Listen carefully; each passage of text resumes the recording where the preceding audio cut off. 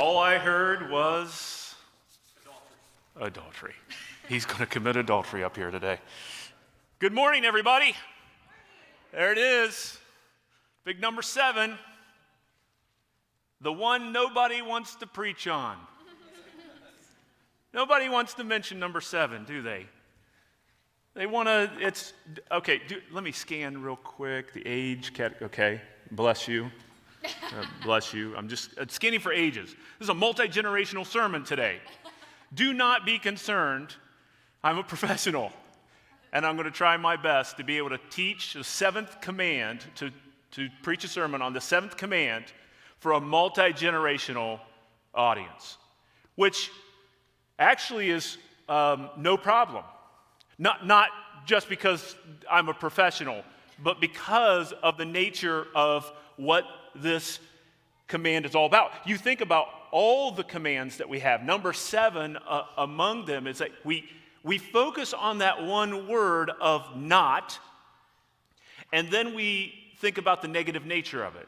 It's easy, for instance, to teach children, that you must not, or thou shalt not, whatever version you're used to, steal. Well, that's an easy one. You know, anyone else here, when you were a child, mistakenly lift a candy bar at the checkout line? Mistakenly? I see that hand. Anybody else honest enough? Yes, I see that hand. It wasn't the beginning of a life of crime. It was actually probably very innocent. And I remember that when my children were younger, my older two particularly, we went into a Dollar General kind of store, and both of them kind of happened to pick up something up off the floor. It was probably a broken toy or whatever. And the lesson of do not steal was easy to teach because we got in the car and I'm like, where did you get that? And you're like, in the store, Dad. And we're marching right back in there, and you stand them before the manager, and I stood him before the manager, and it's too late to turn me into children's services, by the way, so I could tell this story.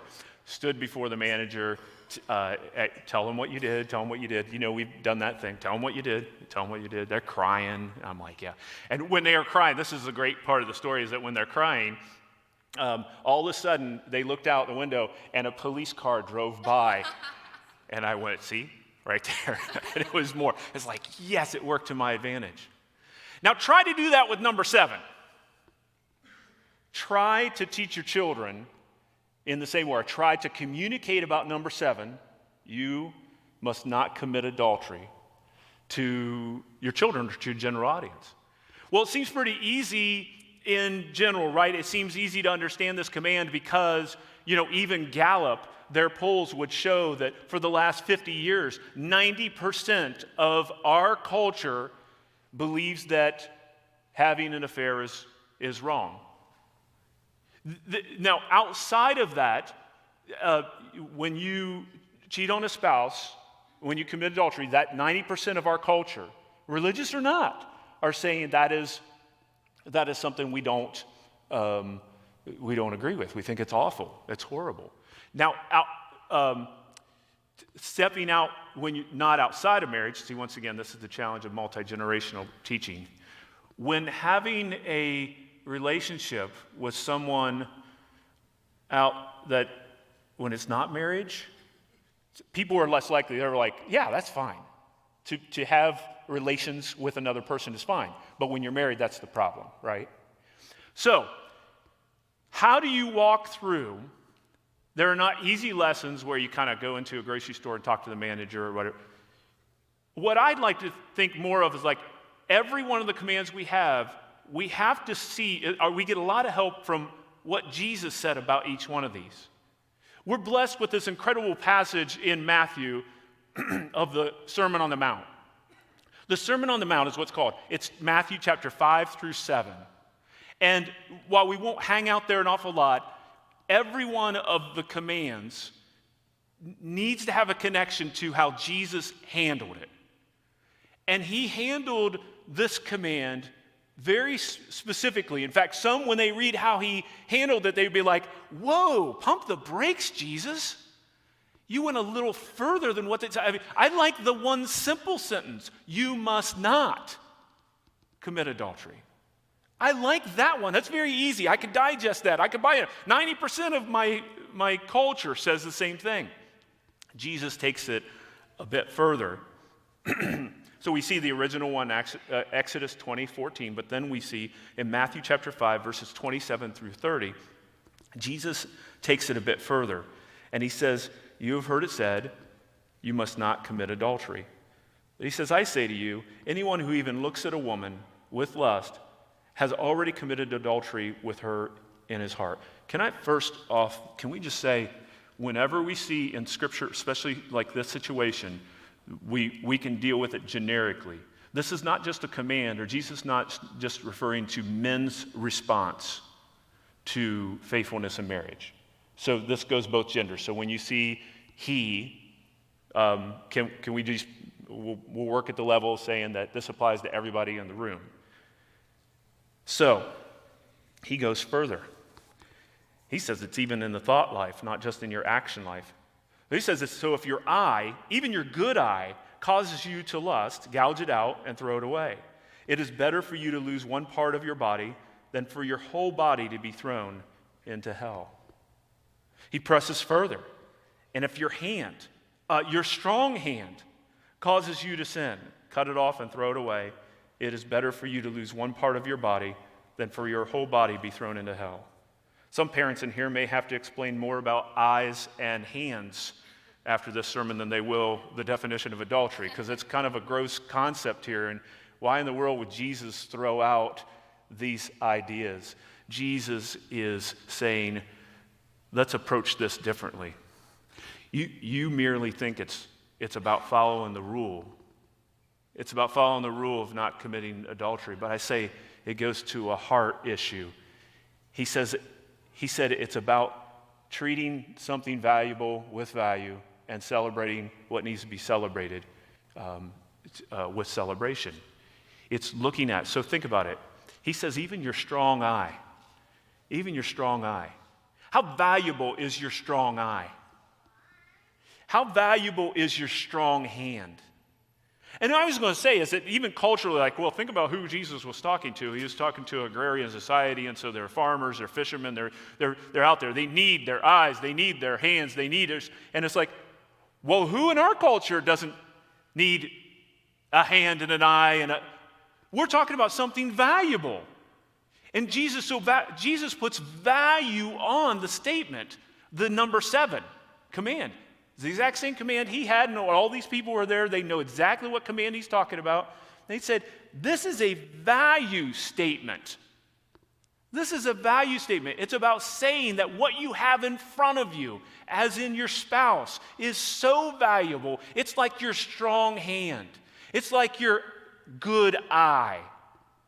And if you're not going to value that, you might as well. And if you're not going to value it not just in actions, but also in thoughts, in your heart. If you're not going to value it, cut it off. Pluck it out.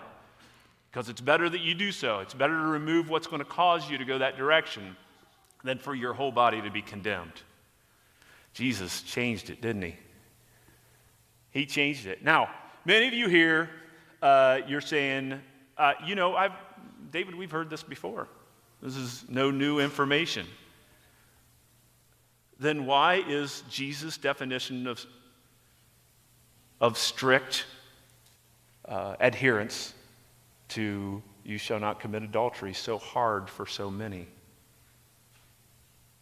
Why is our thought life so challenging? Why? Now this is, and by the way, right now we can kind of play on both sides of this. The strict definition of adultery means that stepping out on a marriage. But for those that are single among us, this still applies for every last one of us. It's about human sexuality and how we respond in a holy and pure way and how we approach it. So you translate and you walk through this, navigate it accordingly based upon your station in life right now. So, that being said, Jesus flips it upside down. He says this. He says marital unfaithfulness devalues and degrades. He says marital unfaithfulness promises a party, and delivers a hangover. He goes on to say that marital faithfulness values and celebrates the things that God values and celebrates. That's what number 7 is about. Number 7 is not a killjoy, cramp your style, keep you from living free. But number 7 declares the freedom, the excitement, the value, the celebration of who God has called you to in relationship. This is exciting. This flips the 7th commandment upside down. It takes it from a negative approach of not, do not, refrain, stay away from, behave yourself. And the bony finger of judgment comes out and says, hold on, did you step out? How's your thought life? And it says, no, hold on. Let's flip this upside down. Let's look at the extremes that Jesus dealt in order to show the point of value and celebration. Valuing and celebrating those relationships in your life.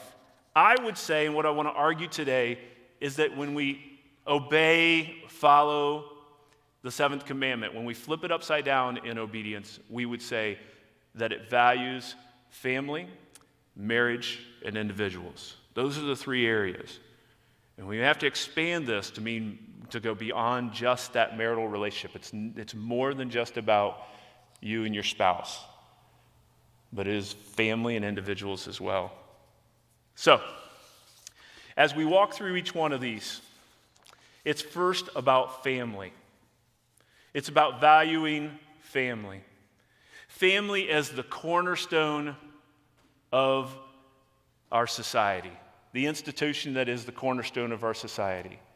It's the basis. So let's think through the process of what happens when we do come against the 7th commandment, when we don't keep the 7th commandment. The first thing that falters is the entire family. What we find is that family as the cornerstone of healthy and vibrant society. When family fails, society struggles. You have much more families provide stability, safety, and clear instruction for what it means to be part of society. When this is flipped, when the family is attacked through the breaking of the 7th commandment, then it breaks down that construct. And so there's a great decrease when we see families splintered. We see there's a great increase in poverty, incarceration, teen pregnancy, substance abuse, so forth and so on. We see that when families break up due to marital unfaithfulness, that our societal structures break down. I love what Deuteronomy chapter 6 points us to a family structure foundation. And I've pointed to this before, and I'll keep pointing to it. It'll be a theme of understanding marriage and family. And it's with our relationship with God. And it's called the Shema, S-H-E-M-A, Shema, Deuteronomy chapter 6. And most of us are familiar with it. You shall love the Lord your God with all your heart, soul, mind, and strength. For the Lord your God is one God. That's the Shema. It's very simple. But the beauty of Deuteronomy chapter 6 is that the instructions were given to say, listen, teach this to your children. Teach it to your children as they lie down, as they sit, as they walk. Keep the structure, solid foundation of family. And so Deuteronomy chapter 6 starts from the very beginning. And what happens is when we lay that foundation, we are valuing family as a cornerstone institution of our society. So the question is, when it comes to family, would we cut off the hand? No, absolutely not. To break the family down by coming against number 7, is to cut off your hand. Your family is way too valuable. Your family is way too valuable. Marriage. It's about valuing the right things, meaning valuing marriage.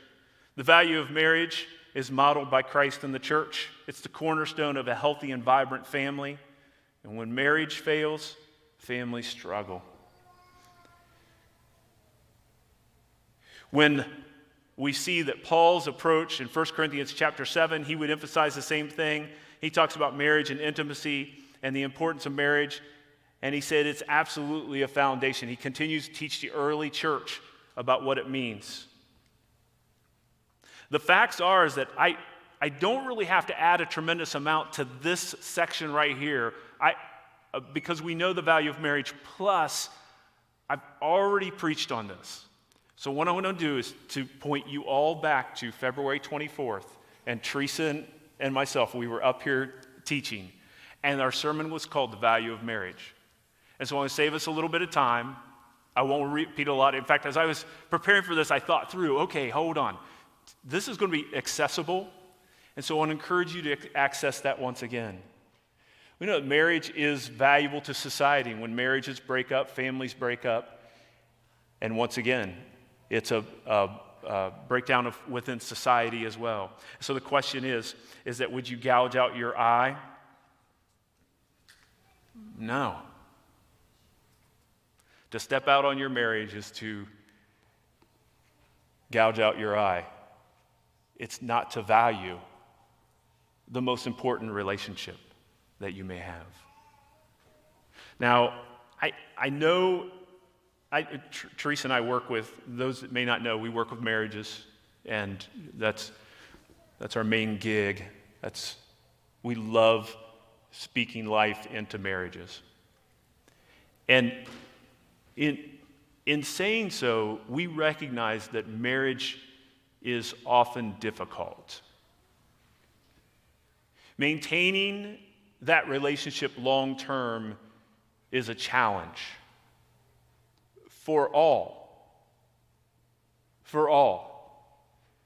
Now, you may be married for a very long time and you look back and go, well, we've been okay. We're just kind of plugged along. And the beauty of being married 40, 50 years is oftentimes when we talk to couples that have been married that long that are in a good spot, they have a hard time remembering the difficulties, but they had them. And that's the beauty of pushing through, of valuing the most important relationship that you have in your life. Teresa and I were talking last night on the back deck about this a little bit, about what it means to value your marriage. It doesn't take much to slip in your game, to get your eyes off the ball, to forget who is sitting right beside you, to undervalue. It's easy to do so. Unless you're a newlywed where everything is awesome. But marriage quickly goes to not awesome. And the couples that are able to push through and say, you know what, not only are we going to, it's like it never crossed my mind to break number 7 in an actual act, but I may do it in thought and in heart, and in other ways, lose my faithfulness and take my eyes off the ball. I would encourage you today that it's about valuing the right things, and it's every day waking up saying, you know what, that person is valuable. I may not like them today, but they're valuable, and our relationship is valuable. And so you know what we're going to do? We're going to actually value it. We're going to walk through that process. Quick commercial break. We're offering a marriage retreat right here in this spot in October 9th and 10th. And so you want to value your marriage, there's an opportunity to do so. And look for information on the app and online, and we'd love for you to be able to join us here. I needed to mention that Because if you want a practical opportunity to value your marriage, the New Start Marriage Ministry is sponsoring that. The third area is about valuing individuals. Valuing individuals as made in the image of God and loved by God. Individuals are created in God's image, loved by God, and when individuals are treated as objects and dispensable, we are broken. Now, I want you to deal with those two areas. When we break number 7, we do two things to two different people. Number one, we do treat someone like an object. And we also treat someone as dispensable. Right? And so let's look at what Scripture says. Two foundational understandings are that every individual in this room is made in the image of God. Genesis 1:27. Every individual is made in the image of God. Let that sink in for a minute. What are the implications of a firm theology, understanding, a clarity that everyone around you, everyone you interact with, is made in the image of God? Don't let that just kind of go like, okay, nice point, move on. No, not just a nice point, a key point. If everyone is made in the image of God, it changes our approach when temptation comes. Say, I want to treat that individual like they're made in the image of God, not as an object and not as dispensable. The second area is that all people are loved by God. All people are loved by God. So what is the most loving thing that I can do this day when it comes to number 7? What's the most loving thing that I can do? What's the most loving thing that I can do with my spouse when I'm looking over the fence and seeing grass pretty green over there? My grass here is looking pretty dry and crusty. I don't know if I'm comfortable staying right here, and all of a sudden it's like we need to put on our glasses where we can see more clearly that our grass is actually in pretty good shape, or we need to work on our lawn a little bit more rather than think the grass is greener on the other side. In fulfilling number 7, we are valuing individuals. Would we cut individuals by objectification and neglect? No, we would not. We would value those relationships. It's about celebrating the right things. Now that we've dealt with the valuing, it'll be an easy transition to say, what do we celebrate? Because what you value, you will celebrate. And this is when we get a little more practical when it comes to saying, okay, I value, but what do I do with family, marriage, and individuals? What does that look like to celebrate what I have in front of me, no matter what the struggles are? It's more than just saying no when it comes to number 7. It's more than just saying, no, I'm not going to have an affair. No, I'm not going to step out on my spouse. But it's saying, and this is what Jesus said, he says it's more than just the no. It's more than just the no when it comes to fighting temptation when that image comes up on a screen, whether it's handheld or whether it's on your desktop. It's more than just the no, but it's turning and saying, you know what, I'm not only going to say no and fulfill number 7, but I'm going to celebrate, I'm going to value and celebrate what I have in front of me. It's about celebrating those right things. So we celebrate family through faithfulness. You honor your family by discussing what faithfulness means and how it is practiced by all members of the household. Teresa and I are huge proponents of having ongoing conversations with your family of what faithfulness means. Have it around the dinner table. Have it while you're watching whatever program. You're binging on Netflix and something comes up that is connected to this subject of number 7, then turn to your children and have the conversation. And it's beyond just saying, see what's happening there, kids? That's bad. Don't do it. It's more than just that. It's not enough just to tell our children that things are bad. let's talk about how we value and celebrate the other flipped upside down. Flip it upside down. What does loyalty, answer these questions in your family. Little parenting stuff. Let's go with this. Let's go with this. When you go home, when you sit around the table, as you even raise them from a very young age, have conversations about what is loyalty. What does that look like? What does sacrifice of personal wants and needs and drives mean to your family? What does delayed gratification mean? What kind of conversations are you having with your teenager about these things?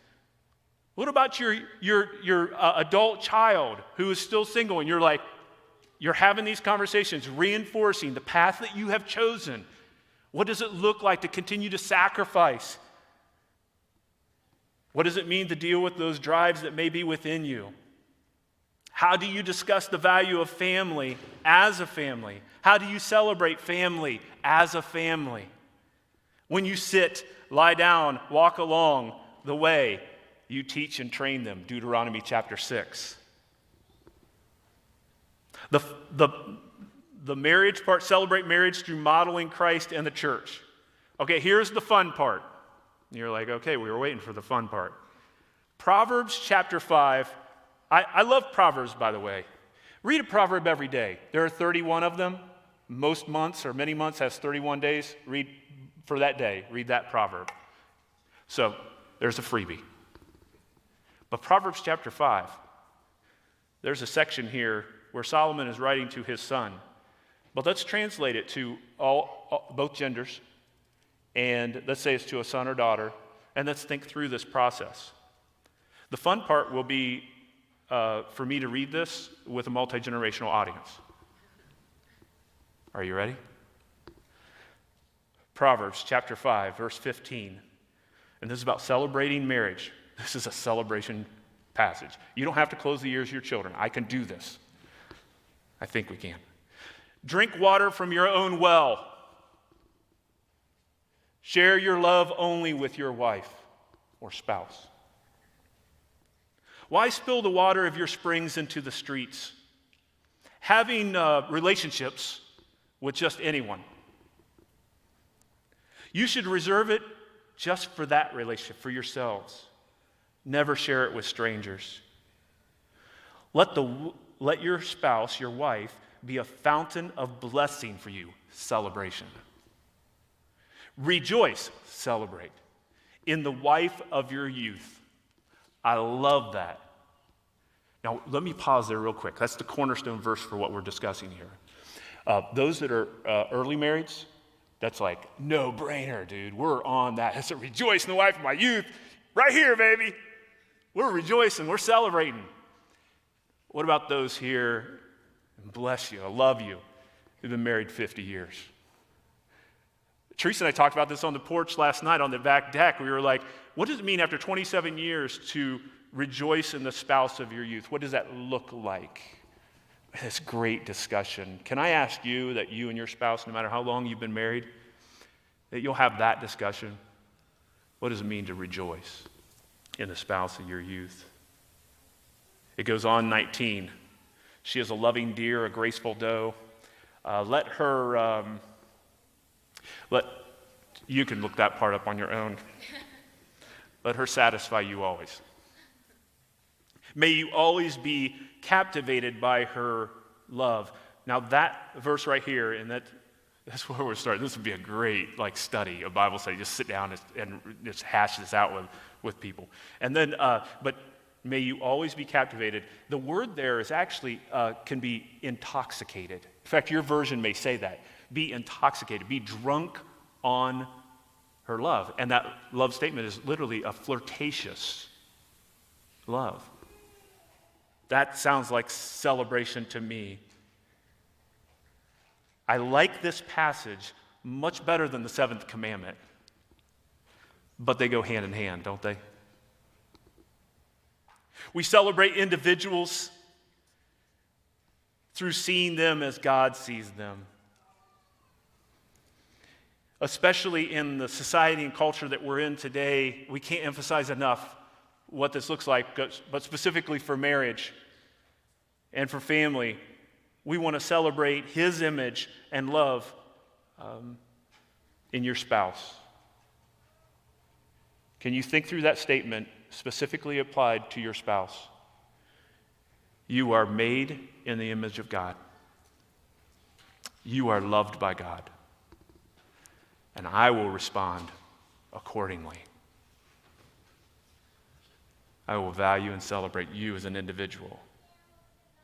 Celebrate his image and his love by not joining yourself with another.